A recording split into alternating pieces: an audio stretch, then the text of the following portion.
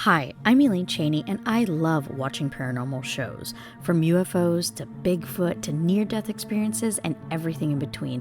I can't get enough. In each episode of Wait, What Are You Watching?, I invite a guest to watch and discuss a new documentary or show.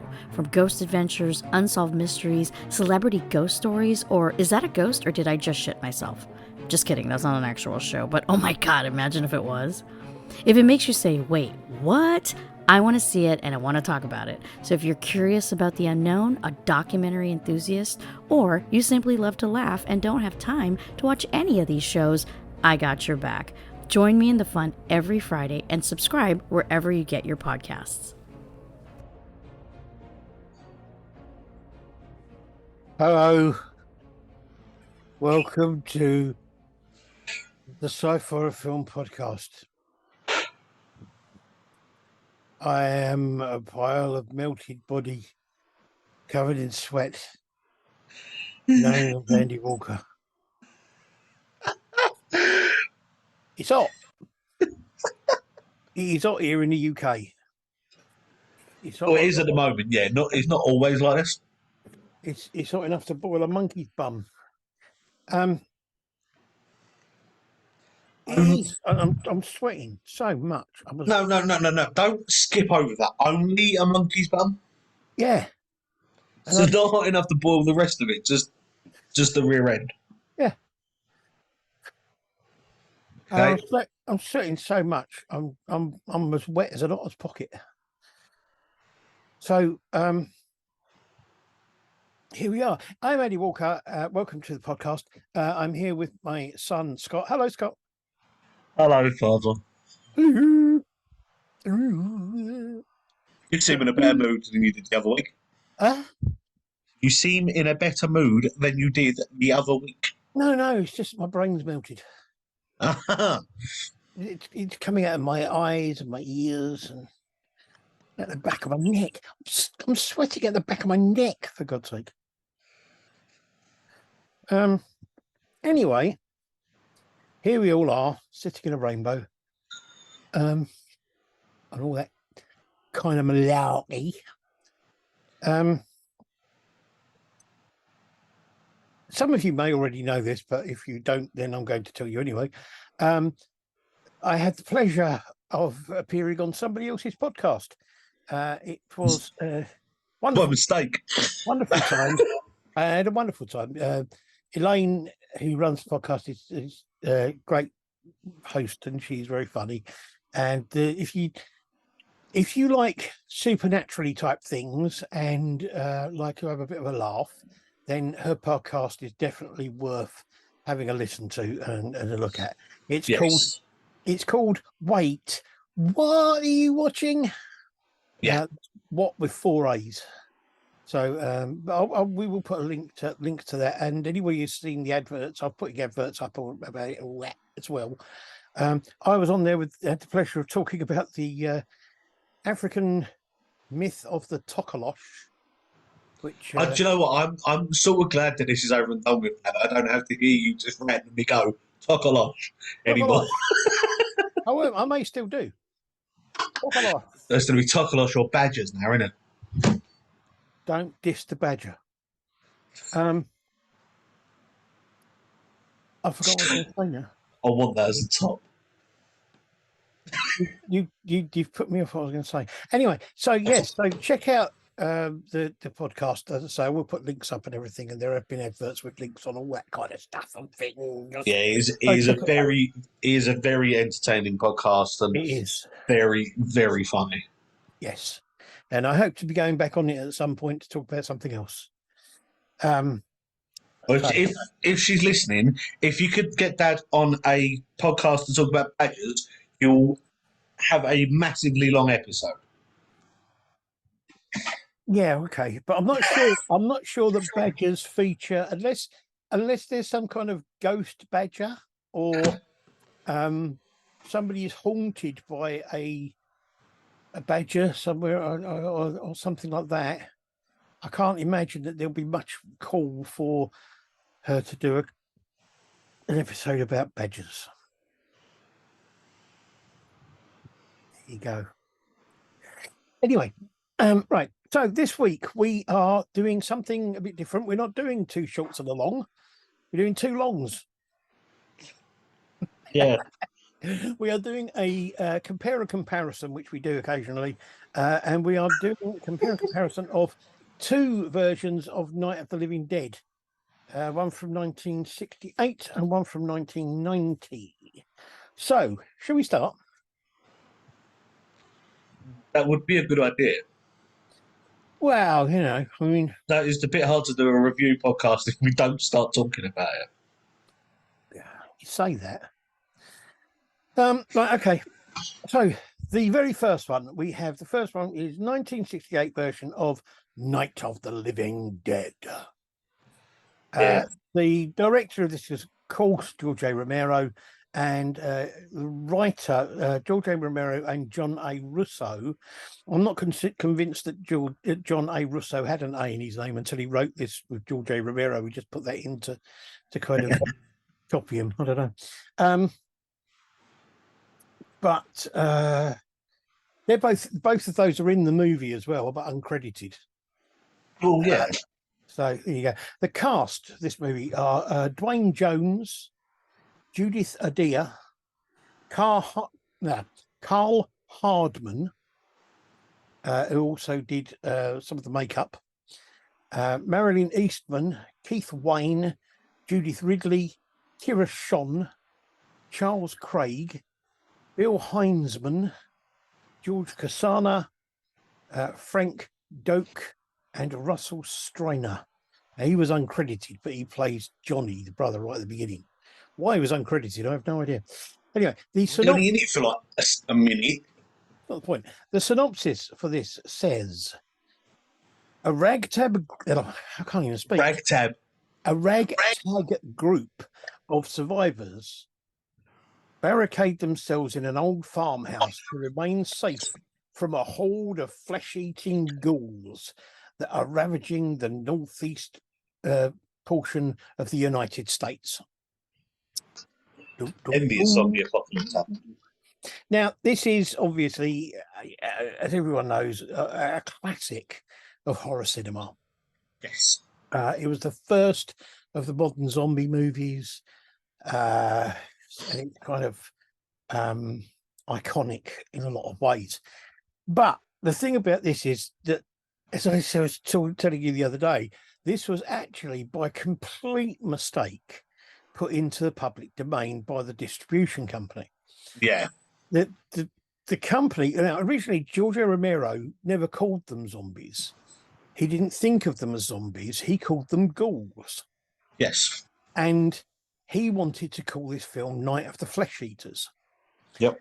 But the film company had put out a film a few years earlier called The Flesh Eaters.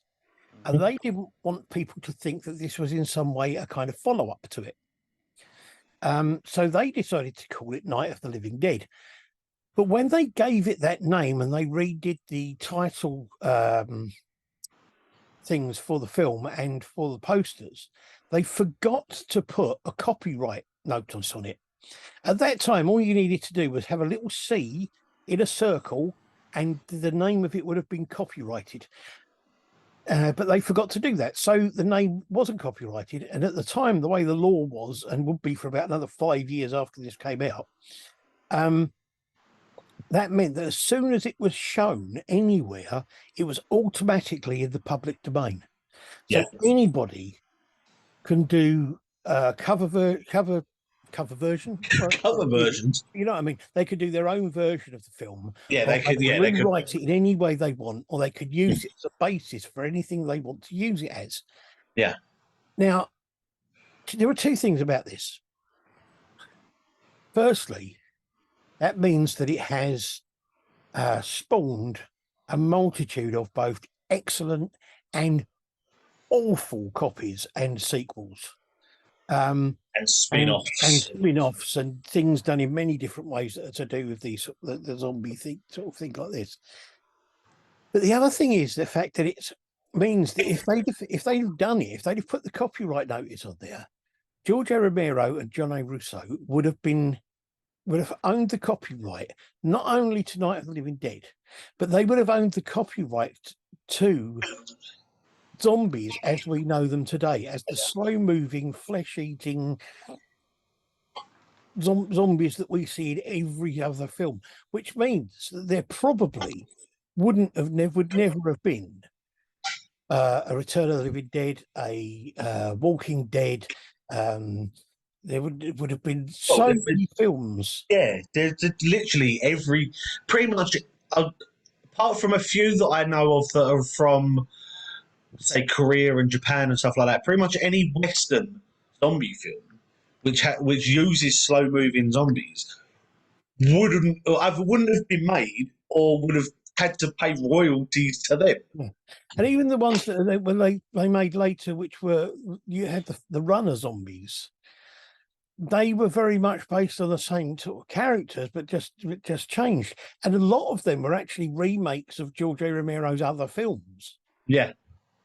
So, but that's why in George A. Romero's other films, none of them were referred to living dead. They always refer to just the dead. Yeah. Because he didn't want it to be lumped in and end up in the same situation as Living Dead, as being sort of like a public domain thing. But that means if you wanted to, you can go out and make your own version of this film, and you can do anything you want with it. You know, Night of the Living Dead, the musical. That I would like to see. You could do it as a Western, could do it as a soap opera, you could do it as Night of the Living Dead as a soap opera. A rom-com. Hugh Grant in Night of the Living Dead. Well, there is one like that, which is Pride and Prejudice and Zombies. Yeah, sort of like that. But anyway, so there you go. Yeah. That's by the by. What did you think? I would like to say, actually, I'd have noticed something with this. Now, when I've watched a few, obviously I've watched quite a lot of zombie films. There was one that came out a few years ago, which is a remake of one of them. It was which one was it? It's not Dawn of the Dead. Dawn of the Dead.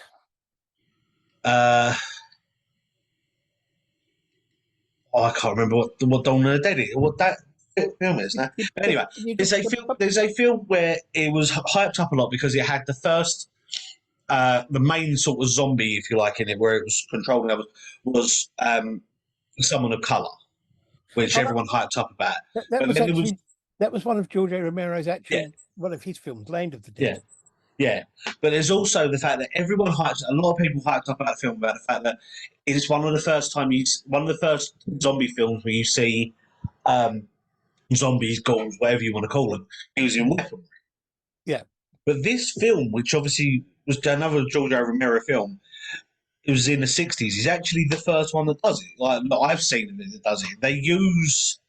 You see them using bricks and table legs to attack things. Yeah. And and the fact that it's also in the remake as well, and it's just it's made me wonder why so many people missed it. Yeah, no, I must admit that I think a lot of people recognise this as being the first one and being the kind of originator of it all, but a lot of people kind of don't include it as much because of the fact it was the first one and it was so. I don't know. I agree with you. I mean, I agree that he uses the zombies, or some of the zombies seem a lot more self-aware. Yeah. In this than they are in the later films, and I don't understand why that is. But I mean, the thing about it is, you got to remember at the time this was made, when this was made, I don't think they ever expected to make another one. No, and to be honest, George A. Romero went out of his way not to make another one. To be honest, though, if you look at a lot of zombie films as well, a lot of them explain where, like, the origin of what's gone on. Like, obviously, you've got Resident Evil, was all because of the C virus. You've then got other ones where it's because of a ancient virus, because of something that's contagious from another creature. So with this one, it talks a little bit on the radio, but they had the whole way through it, both this and the remake, all it does is talk about the fact that everyone's fighting and arguing about what the origin was. There's no Yeah, actual explanation to say this is definitely what it was. This is what started it. It was whatever. Is everyone like? There's one group saying this, there's another group saying that, another group saying that, and I really like that. It's not just yeah. this is started because of a virus or this is started because of whatever. And if you watch the George A. Romero series of films more than any of the others, if you watch the George A. Romero films, he never explains it anywhere No, at all. In any of the films, he never explains where it came from. no. And I it's one mean, of the things I love about his work.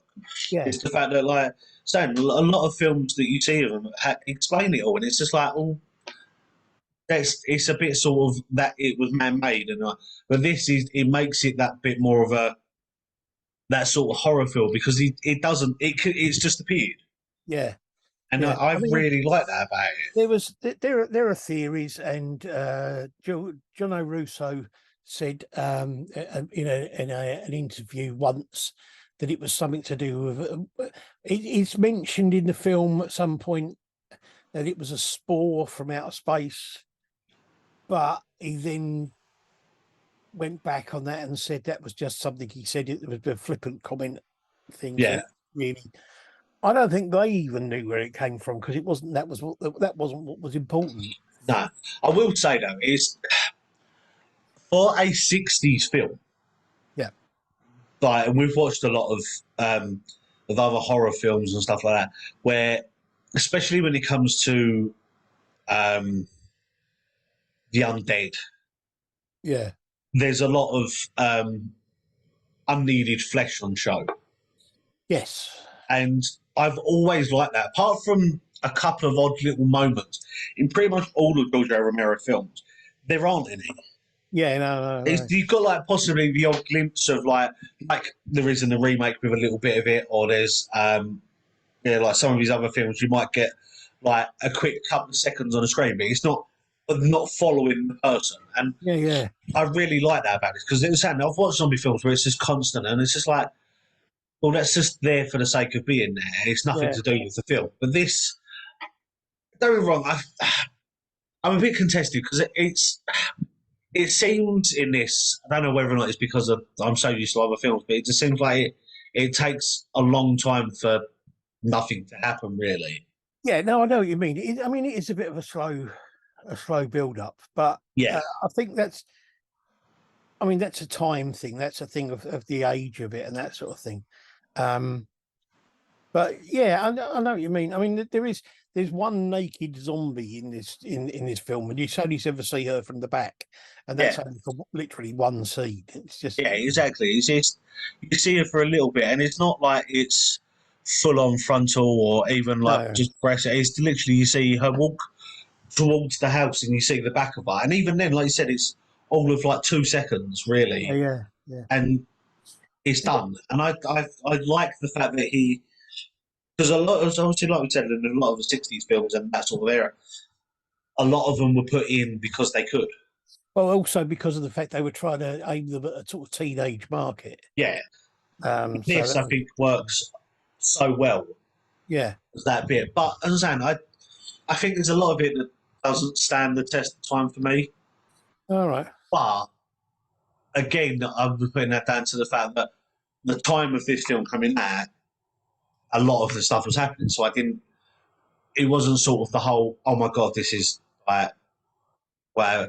But it's just I don't know. I think it's because of the fact that I've seen where Giorgio Romero sort of how far he's progressed in his other films. yeah, And I get the fact that this is obviously like where it all started for him, basically with the zombie things. But it's just sort of I sort of looked at it and I'm like, I know the fact you progress and you get better with time and you do all that and that's where it's gone on. But it's sort of I look at it and watch this and I'm like, I don't know if it's because I've watched his other stuff that I've looked at this and gone, I'm a bit disappointed. oh, okay, But I think, but not like in a bad way, but because I know what he's done. yeah, So it's sort of, but I think that's more because of the fact that he progressed and he got better and he's done better with a lot of the things that he yeah. put out. But I don't know, it just, I think it's just for me, it was just a slow burn film, and I just I like Yeah, zombie films, but I just don't. I think this is just it was too slow for me.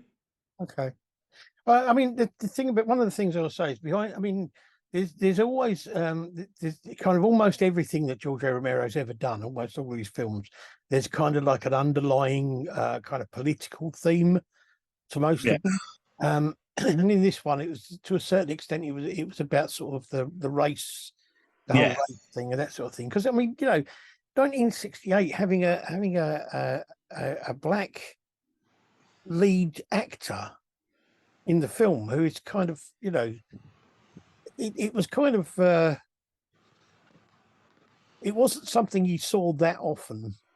not only a black lead actor, but also with the script he had, Yeah, having a go and the arguments that he was having with yeah, one of the other members of the household. yeah. It's yeah, I agree with you. It was a very unseen and unheard of thing.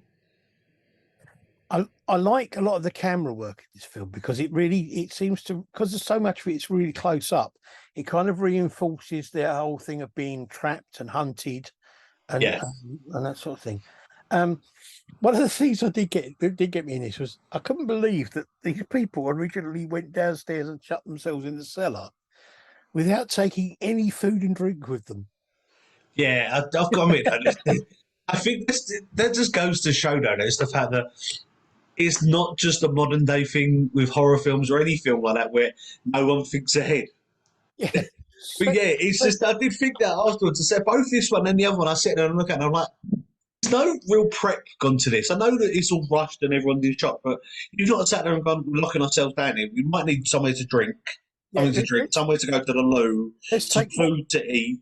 let's take all the food and drink we can find down with us, and all the weapons, Yeah, just in and a case. way of listening to what's going on in the world. Yeah, I mean, but it's even without that, it's just like just the food and drink. It's just stupid. Yeah, Yes. Um, I did like the thing, and at the time, apparently, it was quite a shocking thing, which was the fact that the dad um, ends up collapsing downstairs, and the daughter yeah. eating him, and then she kills the mother. And at the time, that was a huge shock thing because it was like Oh sort of yes, children killing their parents, especially zombie children killing their parents. It's yeah. like, what? It's That weird was though. incredible. It's a weird thing, like we said about the fact that how much things have progressed. Because now it's almost in every zombie film you see Yeah, something to do with that, with either a kid, like a child, taking out a relative or something, and it's almost one of the things that sort of, like I said, it's sort of how things have progressed yeah. to the point where now no one bats an eyelid for it. But back then, it's like, oh my god, this is unheard of. I mean, for me, the other thing about this is that George A. Romero um, kind of poses this question in almost all of it. Well, I haven't. There's a couple I haven't seen. I haven't seen the Diary of the Dead, which is the later one, came out after Land of the Dead. But Oh, I haven't seen that one. in all the other films, he kind of poses this question, which is posed right at the end of this film, with the zombie hunters, the groups from going out and all this Yeah, kind of thing, and especially the fact that they kill the way they kill the hero, and then just assume he's another zombie and just chuck him on the fire. It kind of poses the question that he puts in all of his sequels to it, that sort of thing, which is who are really the monsters, the zombies or us? yeah. Because it's actually she actually says it in the second one as well, which is we are Yeah, them and they are us. yeah, no, I know that. And it's but the yeah, I'm thinking about it. It is almost in every film, or it is in every film. The fact it's well, are we the monsters for trying to eradicate them, or are they the monsters for doing what Well, they're not doing? even It's that. It's just the way that they're treating them. It's as if it's just a big joke, and if it's just yeah, and they don't even bother to check to see whether the people they're seeing in the houses are zombies, or if they shoot the hero without even checking to see if he's a zombie or not. They yeah. just assume. They just assume, and yeah, it's one of the things, and it's the fact that no one there's not really any voice of reason to sit there and go, are they all? Yeah, It's just automatically, oh, they're not one of us. So yeah. it's mad. It is. Okay, let's go on to the second one. So the second version of Night of the Living Dead from 1990.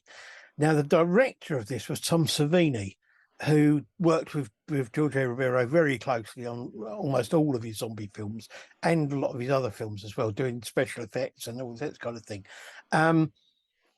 He actually apparently was going to be involved in the first film, in the first Night of the Living Dead, but at the time he was drafted into the army and had to go off to Vietnam, so he couldn't Oh, be involved.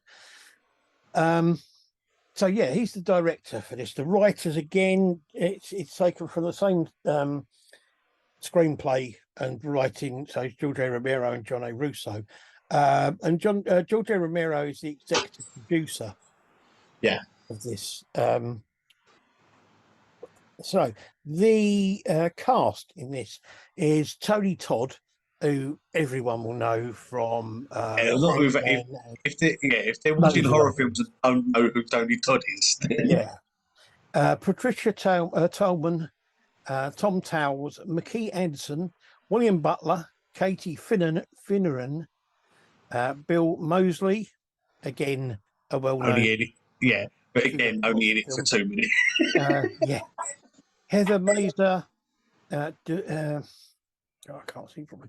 David Butler, Zachar Mott, Pat Reese, and William Cameron. Now, interestingly, Russell Striner, who played Johnny in the first film, plays the sheriff of the eye patch in this film, uncredited, and you only see him for a few seconds at the end.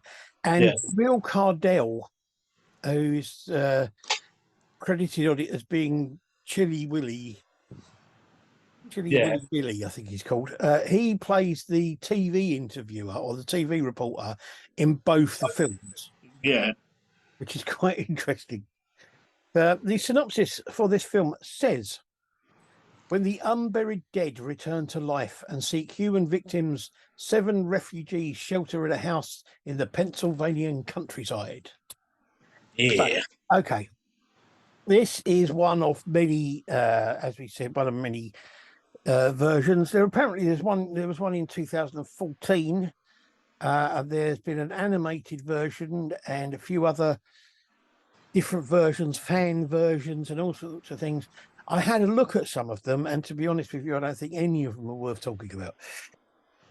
No, it's actually quite disappointing, really, when you think about it. The only reason I think that I wanted to compare this was because this is I think, the only remake of one of George A. Romero Zombies films that doesn't have the fast zombies in.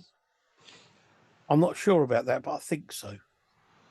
To be honest, in this one, they seem slower than they did in the first one. Yeah. So, I mean, the thing I would say about this is the Barbara character in this one is a lot tougher than she is in the first film. Yeah, that's a bit of an understatement. Yeah. It's almost like she at a certain point she has a sort of personality switch. Yeah, she sort of goes from being this sort of woman that doesn't want to upset anyone and is a bit sort of freaked out by the dead when she's in the graveyard with her brother. So then the point where she's quite happily as you see from the scene at the end, quite happily not to think about who she shoots. Yeah. But I mean, right from the beginning, I will say something here, and I don't know if you will agree with me. Okay. But this is purely my personal thing, right? The bit in the graveyard where Johnny's head is smashed into a gravestone, more convincing and better done in the original than it was in this. Because in this one, it's a dummy, and you can see it's a dummy because it squashes, it collapses into itself. Yeah. I was more disappointed because obviously I love Bill Moseley. I always have done. I think he's an amazing actor. And then when I sat there and I read through the cast, and I was like, he plays a character that's only in it for 2 minutes.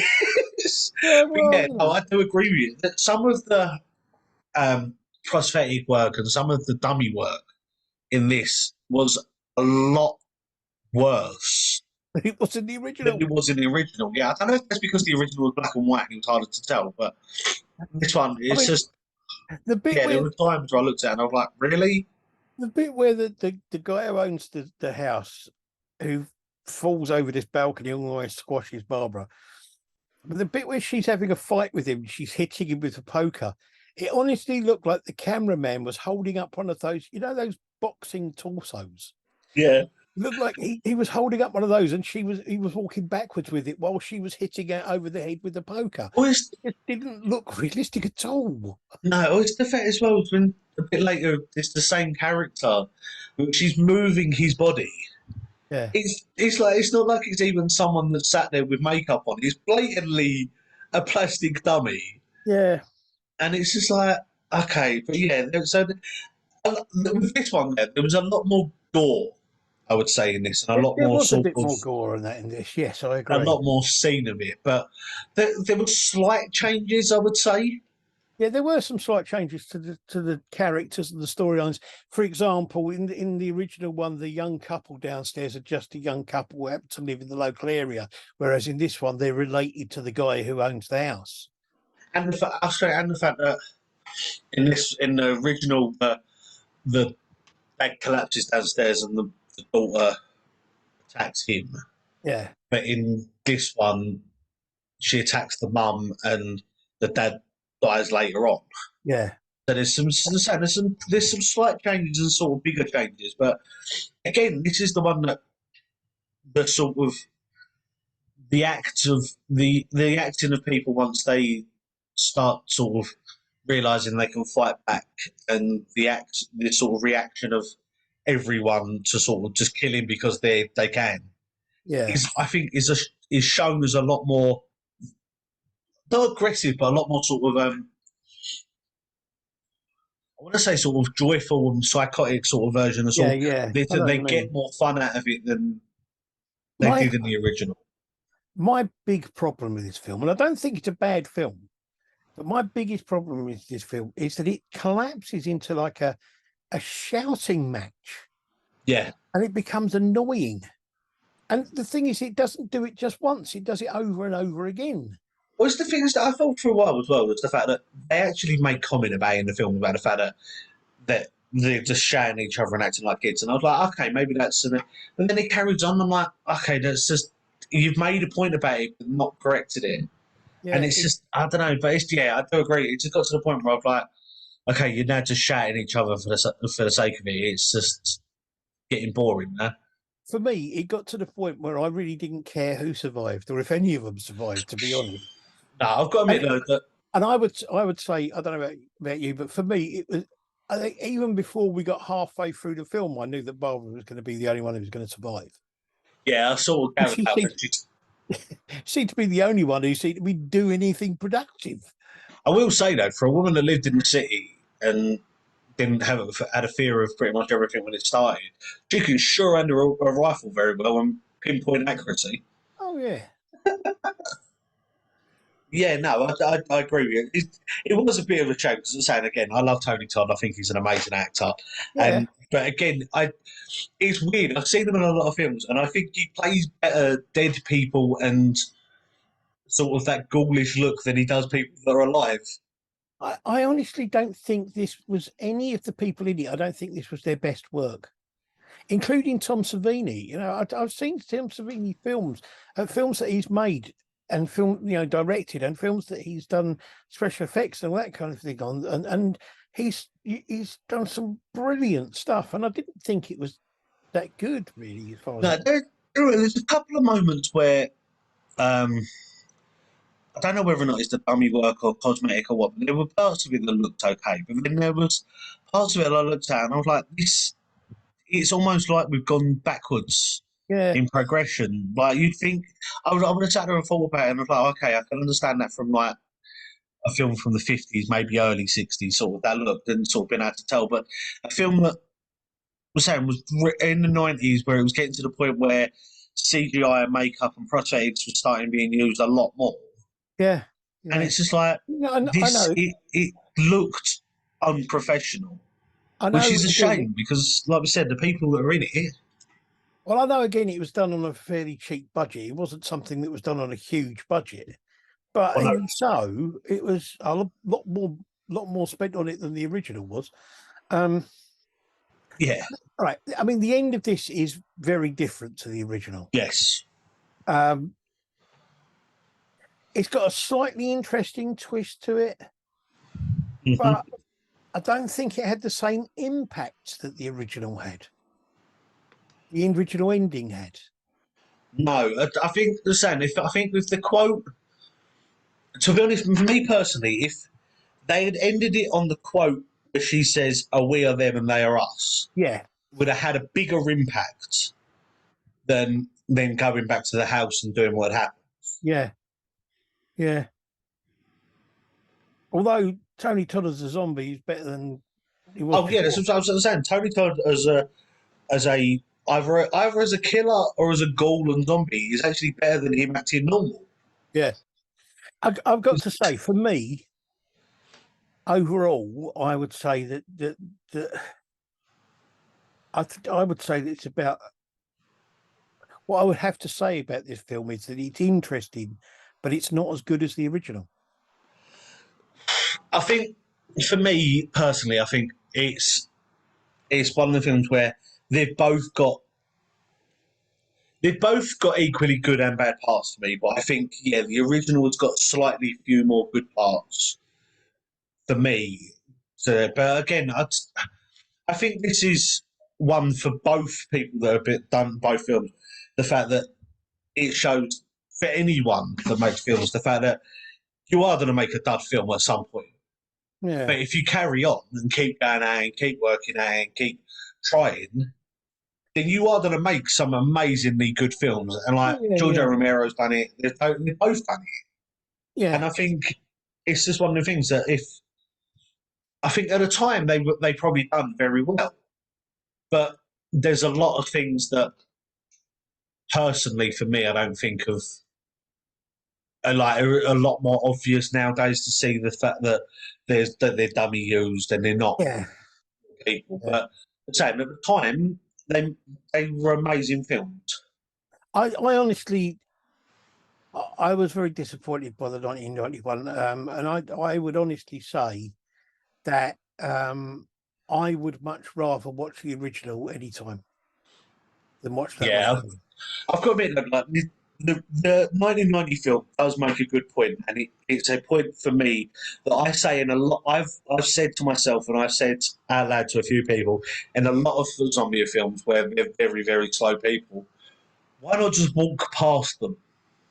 Yeah, Like they run away from these people. And they actually show a scene originally with Barbara. She's running away, running down the hill, and throws herself down the hill, and they've not even gone past the gravestone she was attacked at. I know, And it's just I like know. you could just walk. Like you could probably get your shopping on the way if you wanted to. The problem comes with the fact that there are an awful lot of them and they don't stop. Oh, I know that. I'm not saying the fact that like you could just, but it's the fact that like she does. The fact that it Yeah, gets to no, the I point know. where she just weaves in and out, and it's just like the fact that that is a good thing they put in it. I think for Yeah, me, yeah. No, I because know. of the fact that even nowadays, okay, yeah, you got fast ones, but when it's like slow moving zombies and people are like, oh my god, we've got to run, and it's like no one turns around and goes, we could just walk. It would save us a lot more energy. Yeah, no, I get that. I just, yeah, I don't know. I know what you mean. Yeah, But, there you go. So there we have it. The two versions of Night of the Living Dead, 1968 version, which I would rather watch anytime, and the 1990 version, which I wouldn't. And as far as Scott's concerned, he likes and dislikes both of them equally. yeah. For me personally, I like and dislike both of them, but if I had a choice to watch, I suppose possibly the 1991 a bit more, but I think that's more to do with the actors that are in it. Right, fair enough. Well, there you go. That's us. If you know of a better version of The Night of the Living Dead, or if you disagree with what we said about these two versions, let us know. Or if you've made a better zombie film, Well, yeah, it's specifically Well, I think Night of you the made a Living better Dead, you know. But if you've made a better version of Night of the Living Dead, then let us know. Yeah. Or if you If you think if anyone's, you're one of the people that Dad skipped over because he thought they were good, please get in touch with them. if you know of a better version that we haven't, I may have missed in some way. Yeah, No, there are loads of them out there. Like, there are. I've sat here while we were doing this and looked up, and all I did was type into Google "Night of the Living Dead," and the amount of top ones that come up with different years after, Yeah, like I think it there's filled something up like my screen. I So think there's something like 28 different versions, actually different versions of this film, not ones that are just connected to it or no, spin-offs or whatever, but that are actual straight up versions of this film. yeah, Okay, so that's us for this week. Next week we will be back to doing 2 shorts and a long, and the long next week is a weirdo. It's it's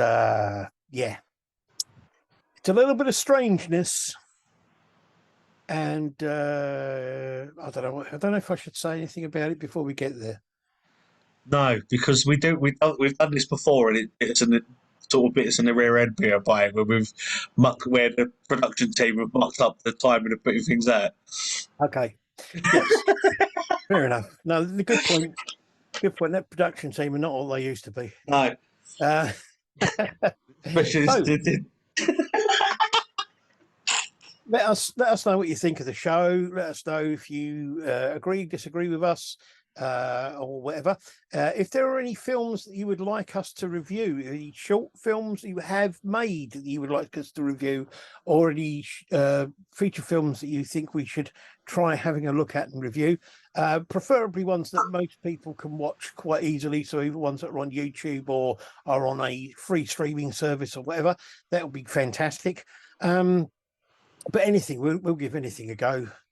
As long as it's horror or sci-fi, we'll watch any rubbish. and also on a personal note for me, mainly because this is a conversation that me and Dad have had a few weeks ago, and we're trying to figure out if anyone can jog our memory of whether that means going back and listening, probably, which I feel sorry for a lot of people if they do, but going back and figuring out where the whole origin of smoked dolphins come from, Dolphins came from, yeah. We don't. or if anyone knows what they are, and I don't just mean smoking a dolphin, I mean like proper like message smoked dolphins.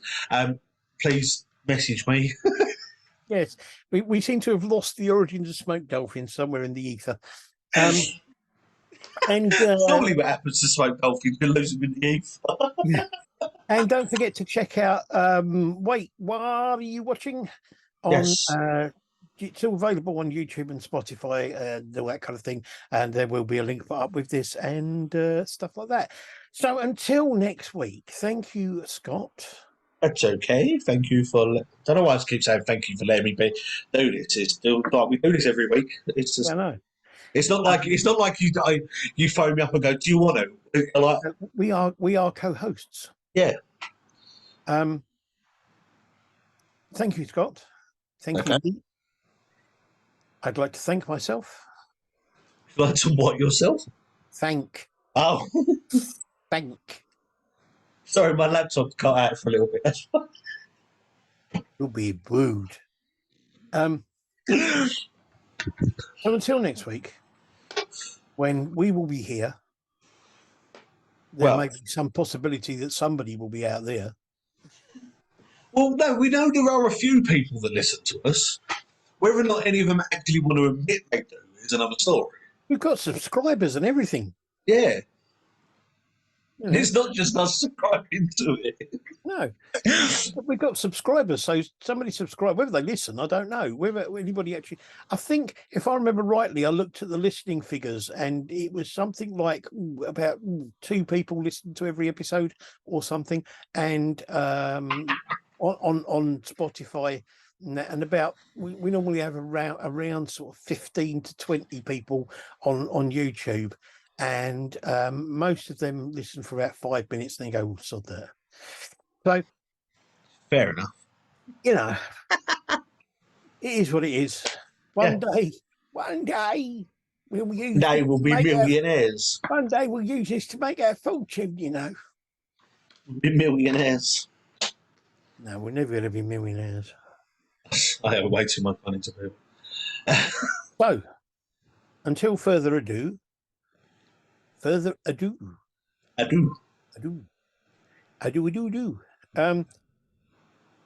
Bye. Bye.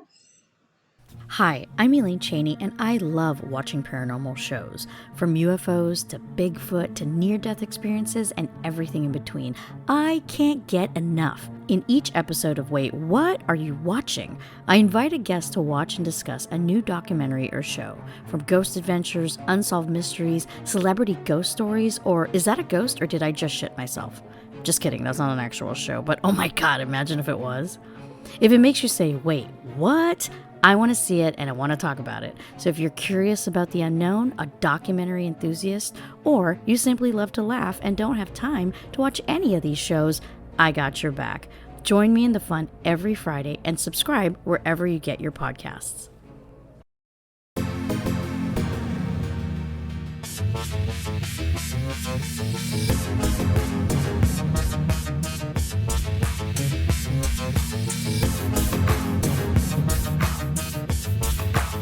The Sciforror Film Podcast.